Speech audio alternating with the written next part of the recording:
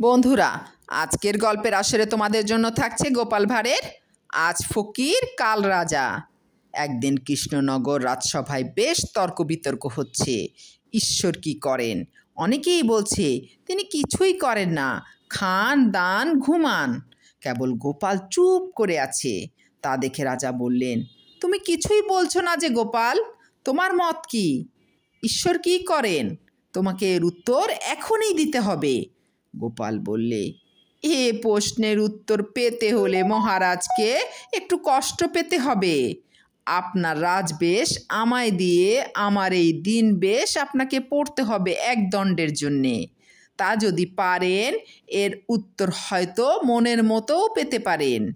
মহারাজ এই অদ্ভুত কথা শুনে অবাক হয়ে গেলেন বটে, কিন্তু তখনই রাজি হয়ে বেশ পরিবর্তন করলেন গোপালের সঙ্গে।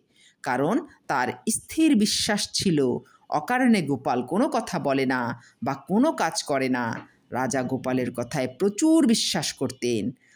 তিনি তখনই রাজপোশাক গোপালকে দিলেন। রাজপোশাক পরে গোপাল গিয়ে বসল রাজার সিংহাসনে। আর রাজা এসে আসন গ্রহণ করলেন সিংহাসনের সামনে সভাসদগণের মধ্যে। তখন রাজাসনের রাজবেশধারী গোপাল গম্ভীর হয়ে বললে, ঈশ্বর কি করেন? ঈশ্বর কি করেন তা কেউই ভেবে ঠিক করতে পারেননি। এখন হাতে কলমে দেখুন ঈশ্বর কি করেন। ঈশ্বর প্রতিনিয়ত এইভাবে রাজাকে ফকির আর ফকিরকে রাজা করেছেন।